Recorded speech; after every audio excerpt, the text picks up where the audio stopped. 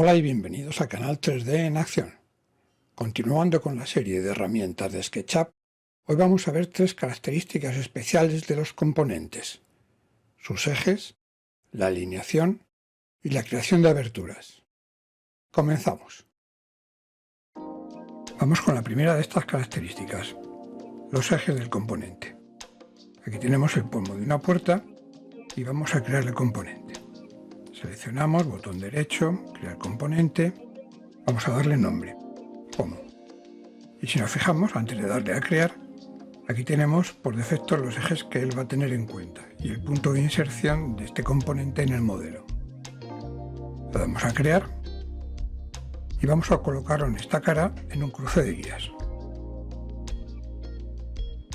Por ejemplo, estas dos. Vamos a insertarle y, como veis, el cursor está en ese cruce de ejes, lo que es el origen del componente. Si yo quiero situarle con precisión centrada la base en ese cruce de guías, no voy a poder. Tendría que colocarle y después moverle. Vamos a crearle de nuevo. Y para cambiar esos ejes, vamos a definir ejes de componente. Me aparece el cursor y me pregunta por el nuevo origen de ejes. Voy a ponerlo en modo rayos X para poder dar el centro de la base, que es este. Una vez dado el centro, me pregunta por la orientación de los ejes rojo y verde. Le voy a decir que es la misma que tenía. Por el azul no me pregunta porque es perpendicular a ellos. Y le doy a crear. Cuando vayamos a colocarle, como veis, el cursor está unido al nuevo origen del componente. Y ya le podemos colocar con esa precisión.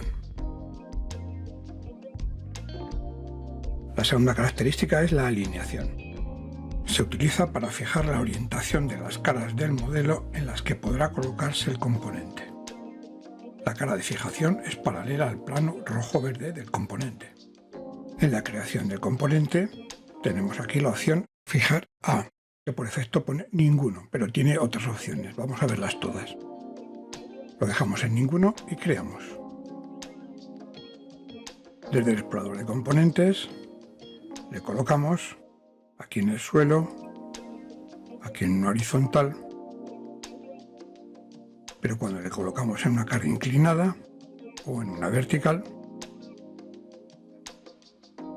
el componente queda como está el original, mantiene sus ejes. Para ver las demás opciones vamos a ir a edición en la ficha componentes y podremos cambiarlo. Vamos a cualquiera. Aquí le tenemos en el suelo y, como vemos, en la cara inclinada queda paralela a ella, en la vertical y en la horizontal. El plano rojo-verde del componente se adapta a esa cara. En horizontal vemos que en la cara horizontal de aquí arriba no hay problemas, pero cuando intentamos colocarlo en la inclinada aparece el signo de prohibido, no nos deja y aparece el letrero de no se puede colocar aquí el componente, al igual que en la vertical. Tiene esa restricción, solo en una cara horizontal. Con vertical ocurre algo similar, pero la prohibición está en cualquier cara que no sea vertical. Aquí sí. Y por último, en inclinadas, solo nos permitirá colocarlo en una cara inclinada. En la horizontal no podremos y en la vertical tampoco. En el suelo sí, puesto que no es una cara. La tercera característica es la posibilidad de crear una abertura. Esto nos permitirá que el componente cree un hueco en la cara en la que se sitúa.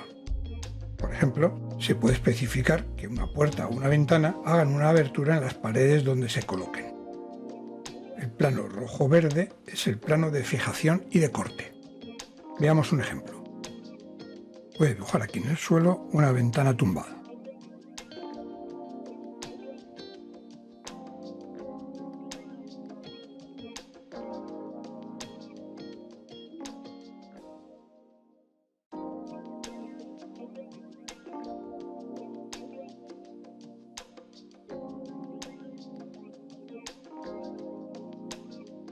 Bien, ya tenemos creada aquí la ventana, pero antes de crear el componente debemos tener en cuenta algo.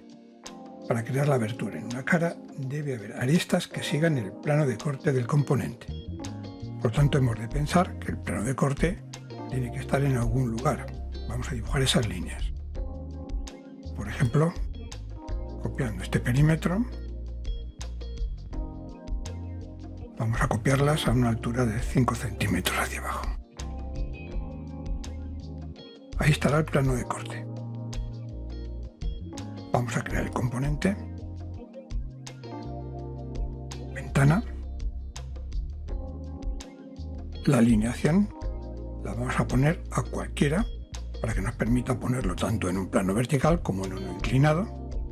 Vamos a definir los ejes del componente que estarán no donde nos propone, sino en esta altura, con la misma orientación de los ejes y marcando crear abertura. Vamos a crear. Vamos a colocarlo sobre las paredes y el techo.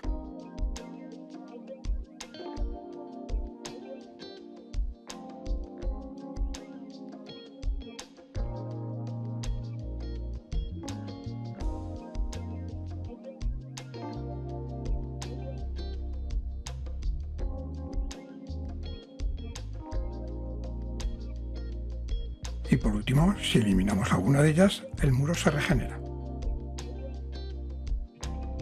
Y hasta aquí el tutorial de hoy. Si te ha gustado, ya sabes, un buen like y suscríbete si aún no lo estás. Nos vemos en el próximo. Adiós.